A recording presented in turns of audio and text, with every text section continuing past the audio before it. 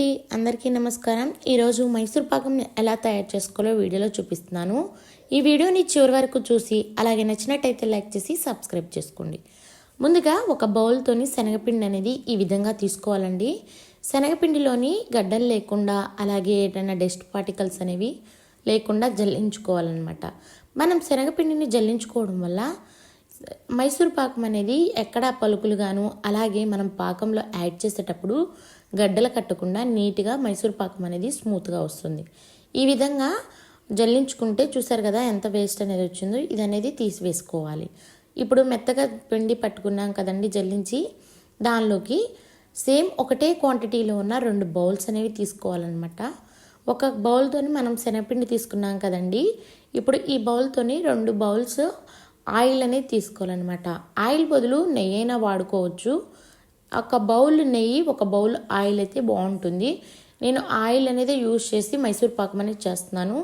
ఇష్టం లేని వారు ఒక బౌల్ ఆయిల్, ఒక బౌల్ నెయ్యి అనేది యూజ్ చేసుకోవచ్చు. అలాగే కడాయి పెట్టి దానిలోకి సేమ్ అదే బౌల్తోని 2 బౌల్ల షుగర్ అనేది యాడ్ చేసుకోవాలి. వాటర్ అనేది మనకి పంచదార తడిచే వరకే యాడ్ చేసుకోవాలన్నమాట. అలా అని ఎక్కువగా వాటర్ యాడ్ చేస్తే పాకం అనేది రావడానికి లేట్ అవుతుంది. అలాగే ఒక్కొక్కసారి లూజ్ అయిపోయే అవకాశం కూడా ఉంటుందన్నమాట. ఈ విధంగా పాకం ఒకవైపు అలాగే ఆయిల్ ఒకవైపు పెట్టుకొని, ఆయిల్ ఎప్పుడు హీట్లోనే ఉంచుకోవాలండి. ఈ విధంగా ఆయిల్ అనేది మీడియం ఫ్లేమ్లో పెట్టుకొని, పంచదార అనేది కూడా మీడియంలో ఫ్లేమ్లో పెట్టుకొని షుగర్ అంతా బాగా మెల్ట్ అయ్యేలాగా ఈ విధంగా తిప్పాలన్నమాట. షుగర్ని ఒక్కసారి హైలో ఫ్లేమ్లో పెట్టడం వల్ల పాకం అనేది వచ్చేస్తుంది, కానీ మనకి ఆ పాకం కన్సిస్టెన్సీ ఒక్కోసారి స్టిఫ్ అయిపోయే అవకాశం ఉంటుంది. అందుకనే పాకం లో ఫ్లేమ్లో పట్టుకొని పంచదార పాకం అనేది ఈ విధంగా తయారు చేసుకోవాలి. పంచదార పాకం అనేది మనకి రెడీ అయిపోయిందండి. ఇప్పుడు చేత్తో పట్టుకొని చూద్దాము. ఇలా చేత్తో పట్టుకుంటే మనకి ఈ విధంగా రావాలన్నమాట. అప్పుడే మనకి ఒక చిన్న లేత పాకం తీగలాగా వస్తేనే షుగర్ పాకం అనేది పర్ఫెక్ట్ అనమాట. మనం అప్పుడు ముందుగా జల్లించుకొని పక్కన పెట్టుకున్న శనగపిండి అనేది యాడ్ చేసుకుందాము. శనగపిండి యాడ్ చేసేటప్పుడు మంటని మీడియం ఫ్లేమ్లో పెట్టుకొని ఈ విధంగా విస్కర్తో కానీ ఏదైనా పలుచపాటి తెడ్డు లాంటిది యూజ్ చేసుకొని ఈ విధంగా కలుపుకోవాలి. కలిపేటప్పుడు ఒకటే డైరెక్షన్లో కలపడం వల్ల మనకి ఎక్కడ ఉండలు అనేవి కట్టకుండా నీట్గా వస్తుందన్నమాట. శనగపిండి కలిపేటప్పుడు ఈ విధంగా అంచులు కంటుకునిద్దండి. అప్పుడు మనం ఈ కలిపే విధానంలోనే ఆ అంచులు కూడా కవర్ అయ్యేలాగా కలుపుకోవాలి.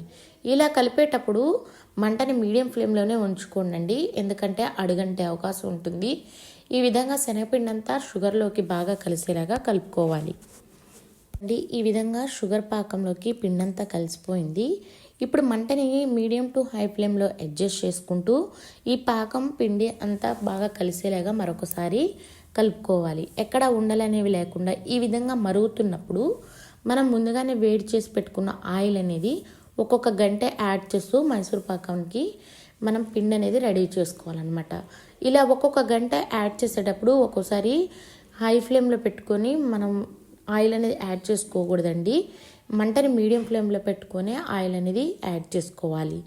ఇలా యాడ్ చేసేటప్పుడు శనగపిండి ఫాస్ట్గా పొంగి ఒక్కోసారి బయటకు వచ్చేస్తుందండి. అందుకనే మంటని అడ్జస్ట్ చేసుకొని మనం ఆయిల్ అనేది యాడ్ చేసుకోవాలి. ఆయిల్ అంతా ఈ పిండి అనేది బాగా అబ్జర్వ్ చేసుకున్నాకే మరొక గంట ఆయిల్ అనేది యాడ్ చేయాలి. గంటకి ఒక మినిమం 2 minutes అయినా గ్యాప్ ఇవ్వాలండి. ఇప్పుడు ఇలా ఒక గంట యాడ్ చేసిన తర్వాత మరొక గంటకి పిండి నూనె అంతా అబ్జర్వ్ చేసుకున్నాకే ఆ వేడి నూనె అనేది ఈ విధంగా యాడ్ చేయాలి. ఇప్పుడు చూసారు కదా, మనం ఈ స్టేజ్కి వచ్చేసరికి మనకి ఆయిల్ అనేది 2 లేదా 3 స్పూన్లు ఉండేలాగా ఉంచుకోవాలన్నమాట. ఒక్కసారి ఆయిల్ అనేది పోయకూడదండి. ఆయిల్ అనేది లాస్ట్ స్టేజ్లో ఒక గంట ఉండేలాగా ఉంచుకొని ఈ విధంగా మైసూర్ పాకానికి పిండి అనేది ఉడికించుకోవాలన్నమాట. చూసారు కదా, ఆల్మోస్ట్ మనకి మైసూర్ పాకానికి రెడీ అయిపోయిందనమాట పిండి అనేది. ఈ స్టేజ్లో మనం ఒక్క చిటికెడు సోడా ఉప్పు అనేది యాడ్ చేసుకోండి. ఇలా సోడా ఉప్పు యాడ్ చేయడం వల్ల మనకి మైసూర్ పాకం చాలా గుల్లగాను అలాగే స్మూత్గా కూడా ఉంటుంది. ముందుగానే మైసూర్ పాకం రెడీ అయిన తర్వాతనే ఈ సోడా ఉప్పు అనేది యాడ్ చేయాలి. ముందుగా ఎప్పుడు యాడ్ చేయకూడదు, ఎందుకంటే పొంగే అవకాశం ఉంటుంది. కాబట్టి మైసూర్ పాకం పిండి రెడీ అయిపోయిన తర్వాతే మనం సోడా ఉప్పు అనేది యాడ్ చేసుకోవాలి. చూసారు కదా, ఫైనల్గా మనకి మనం పిండి అనేది ఈ విధంగా ఉడికించేటప్పుడు మంటని మీడియం ఫ్లేమ్లో పెట్టుకొని ఆయిల్ అనేది ఒక్కొక్క గంట యాడ్ చేస్తూ ఈ విధంగా ఉడికించాలండి. మనకి మైసూర్ పాకం అనేది పిండి అనేది ఏర్పడేటప్పుడు ఆయిల్ అనేది అయిపోవస్తుంది. అలాగే ఈ పిండి అనేది కడాయి నుంచి సపరేట్ అవుతుంది అనమాట. చూసారు కదా, ఒకటే డైరెక్షన్లో తిప్పడం వల్ల మనకి పిండిలోని ఎయిర్ బబుల్స్ అనేవి ఏర్పడి మైసూర్ పాకం అనేది గుల్లగా వస్తుంది. అలాగే టేస్టీగా కూడా ఉంటుందండి. ఫైనల్గా మిగిలిన ఆయిల్ అంతా వేసేసి ఒకసారిగా తిప్పుకొని మనం 2 బౌల్స్కి ఆయిల్ అనేది అప్లై చేసుకొని అందులోకి తయారు చేసుకున్న మైసూర్ పాకం అనేది యాడ్ చేసుకోవాలి. ఈ విధంగా పాకం అంతా 2 బౌల్స్లోకి యాడ్ చేసుకొని ఈవెన్గా స్ప్రెడ్ చేసుకొని వదిలేయాలి. అంతేగాని ప్రెస్ చేయకూడదండి. ప్రెస్ చేయడం వల్ల దానిలో ఏర్పడే బబుల్స్ అనేవి బాగా ఉండదు. అలాగే మైసూర్ పాకం అనేది బోల్గాను అలాగే క్రిస్పీగా తినేటప్పుడు టేస్టీగా ఉండకుండా ఫ్లాట్గా వచ్చే అవకాశం ఉంటుంది. అందుకని మనం ఒకసారిగా జస్ట్ టచ్ చేస్తున్నట్టు ఫినిషింగ్ టచ్ ఇవ్వాలి. ఈ విధంగా మైసూర్ పాకం అనేది రెడీ అయిపోయింది. ఎంతో సింపుల్గాను టేస్టీగా మైసూర్ పాకం అనేది మన ఇంట్లో ఈ విధంగా తయారు చేసుకోవచ్చండి. ఇప్పుడు ఈవెన్గా స్ప్రెడ్ చేసి ఒక 5 మినిట్స్ వరకు వదిలేయాలండి. అంటే కాస్తంత గోరువెచ్చగా అయ్యే వరకు ఈ విధంగా మనం గోరువెచ్చగా ఉన్నప్పుడు ఒక నైఫ్తోని పర్ఫెక్ట్ షేప్లో కట్ చేసుకోవాలండి. ఇలా కట్ చేసుకున్న తర్వాత మైసూర్ పాకం అనేది కూల్ అయ్యే వరకు దాన్ని టర్న్ చేయకూడదు అనమాట.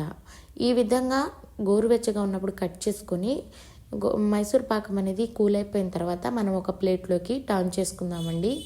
ఎంతో సింపుల్గాను టేస్టీగా మైసూర్ పాకం అనేది ఈ విధంగా తయారు చేసుకోవచ్చు. మీకు మాత్రం ఈ వీడియో నచ్చినట్టయితే తప్పకుండా లైక్ చేసి సబ్స్క్రైబ్ చేసుకోండి. నా ఛానల్ ఏమొచ్చి కుకింగ్ టేస్టీ రెసిపీ ఛానల్. ఈ వీడియో మీకు నచ్చినట్టయితే తప్పకుండా ట్రై చేసి ఎలా వచ్చిందో కామెంట్ రూపంలో తెలపండి. ఎంతో సింపుల్గాను టేస్టీగా మైసూర్ పాకం అనేది ఈ విధంగా తయారు చేసుకోవచ్చండి. చూసారు కదా, ఎంతో పర్ఫెక్ట్గాను అలాగే గుల్లగాను చాలా టేస్టీగా స్మూత్గా ఉంటుంది. తింటుంటే నోట్లో వేసుకుంటే కరిగిపోయేలాగా ఉంటుంది. మీకు మాత్రం ఈ వీడియో నచ్చుతుందని అనుకుంటున్నాను. Thanks for watching.